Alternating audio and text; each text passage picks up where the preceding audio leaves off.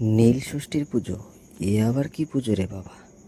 চলো তাহলে ছোট্ট করে একটু এক ঝলক দেখে নিই বীরভূম থেকে। বীরভূমের এক গ্রামে এক সময় ভয়ঙ্কর খরা পড়েছিল। মাঠ শুকিয়ে গেছিল, পুকুরে জল ছিল না, মানুষের মুখে শুধুমাত্র হতাশার চিহ্ন ছিল। গ্রামের লোকেরা বলল, আমরা নীল পুজো ভুলে গেছি, তাই হয়তো অভিশাপ লেগেছে এই গ্রামে। সবাই মিলে সিদ্ধান্ত নিল, এবার তারা ভগবান শিব অর্থাৎ নীল ষষ্ঠীর ব্রত করবে। গ্রামের মহিলারা এবং পুরুষরা একত্রে মিলে উপবাস করলো। শুকনো পুকুরের তলায় দাঁড়িয়ে তারা শিবের নাম জপ করতে লাগলো। কিন্তু গ্রামের জমিদার রঘুনাথ এসব কিছুই বিশ্বাস করতেন না। সে বলল, এইসব পুজো কিচ্ছু হবে না, আমি এইসব কিচ্ছু মানি না, এইসব পুজো হবে না।